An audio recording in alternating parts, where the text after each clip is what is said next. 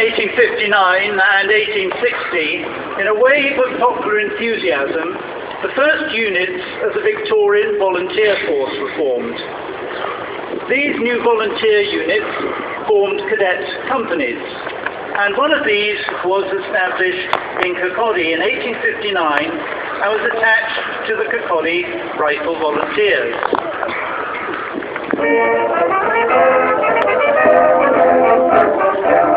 In 1860, the Juvenile Volunteers, as the unit was known, had recruited 130 cadets aged between 10 and 15, and was led by Mr. James Thompson, an ex-superintendent of police who served as adjutant, and a retired militia sergeant.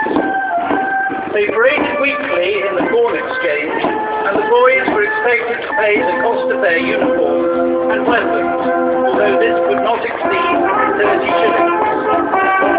Here we see three boys enrolled in the militia.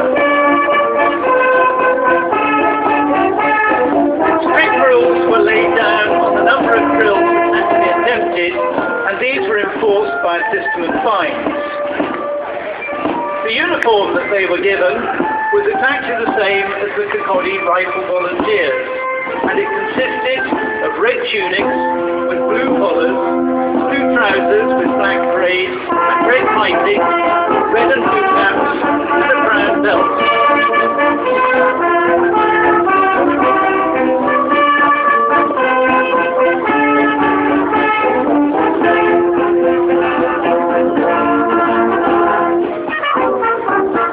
The early weaponry consisted of three full 2.5 caliber cannons, which had been purchased according to the local paper for exercising the boy soldiers in long gun practice, and the same paper recorded that a subscription headed by the province to aid them in obtaining more uniforms. So successful was the unit of Kirkcaldy that it was referred to in a speech by the Duke of Cambridge that he gave in London in 1860 as an exemplar of what would be achieved. In 1890, Britain was involved in the Boer War, and the 1st Cadet Battalion of the King's Royal Rifle Corps sent 96 cadets to service in this conflict. They formed a whole detachment, and as such were the only cadets ever to see active service and gained for their battalion the South Africa Battle Honour. Here we see a cadet from that battalion on a bicycle, as they did in the early 1900s, since many cadet battalions had their own cycle sections. The reign of Edward VII was a time of change, and one of the new organisations that gathered momentum was the suffragette movement. Although the movement started off relatively peacefully, in 1905 the suffragettes caused a stir when Mrs. Christabel Pankhurst interrupted a political meeting in Manchester to ask two Liberal politicians if they believed women should have the right to vote. Mrs. Pankhurst was subsequently arrested, and the suffragette movement gradually became more violent as churches were burnt, shop windows smashed, and other meetings were disrupted. However, these protests held into its significance in August 1914, when Britain was plunged into war.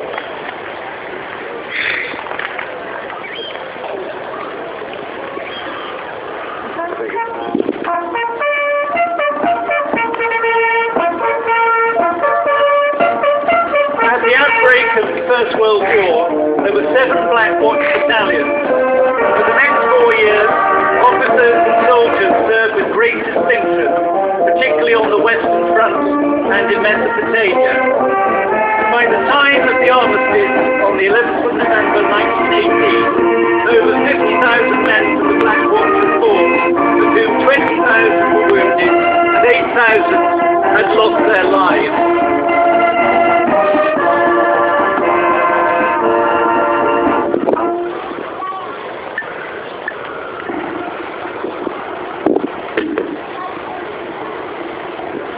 The guns below. In Flanders fields, the poppies blow between the crosses, row on row that mark our place. And in the sky, the larks, still bravely singing, fly scarce heard amid the guns below. We are the dead. Short days ago, we lived, felt dawn, saw sunset glow, loved and were loved, and now we lie in Flanders fields. George V had become king in 1910, and in 1929 his daughter-in-law, the then Duchess of York, who was later to become Queen Elizabeth when her husband became King George VI, visited St Andrews. At a glittering ceremony at the university, she was given an honorary Doctor of Laws degree from the Chancellor, who was then the Prime Minister, Stanley Baldwin.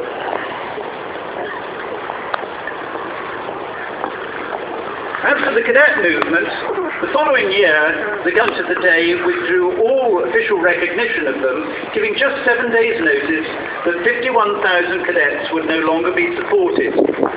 The aim was to make savings of nearly £13,000, and the outcry was considerable. In response to these challenges, the British National Cadet Association was formed, and one of the first was in Perthshire. However, 9 years later, in 1939, Britain was again at war with Germany. Speaking to you from the Cabinet Room at 10 Downing Street. This morning, the British ambassador in Berlin handed the German government the final note, stating that unless we heard from them by 11 o'clock, that they were prepared at once to withdraw their troops from Poland, a state of war would exist between us. I have to tell you now that no such undertaking has been received, and that consequently this country is at war with Germany.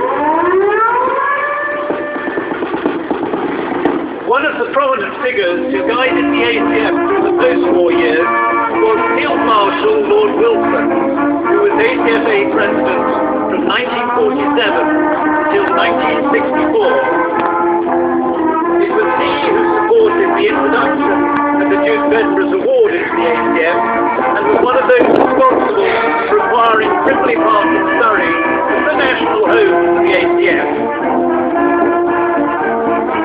In the 1950s, the Black Watch Battalion was still operating as two independent battalions, the Fifeshire Battalion and the Strathay Battalion.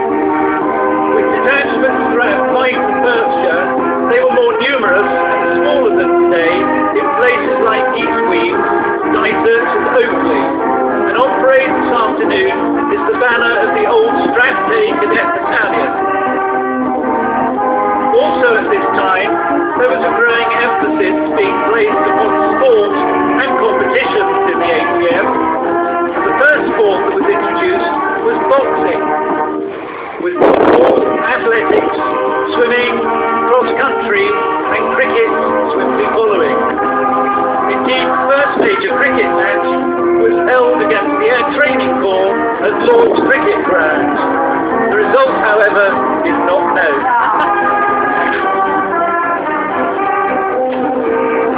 Over the last 152 years, Army cadets have played a prominent public role on a number of special occasions. On the 15th of May 1915, 8,000 cadets paraded with King George VI and helped line the route to the Silver Jubilee in 1935. In 1952, cadets were present for the funeral of King George VI, and the following year, 1,200 cadets were on parade for the Queen's coronation. Then in 210, cadets paraded down the mile before His Royal Highness Prince Charles as part of the Cadet 150th celebration. However, the earliest occasion on which cadets paraded before royalty came in 1881, when Queen Victoria, accompanied by the Duke of Cambridge, reviewed 39,473 officers and troops who paraded in Holyrood Park on the 25th of August. Amongst those on parade were 208 cadets and 9 officers who were attached to the 3rd Edinburgh Rifles. The Royal Review was accompanied by the most horrendous rain, which saw over 3 inches of rain fall in Edinburgh over 2 days. The march past itself took over 2 hours, and the soldiers were soaked to the skin, and most had to march through mud that was ankle deep in places, causing the event to be known as the Wet Review. Queen Victoria was the only other British monarch to celebrate the Diamond Jubilee, and as her carriage circled the parade ground, let us remember our own Queen in the 60th year of her reign.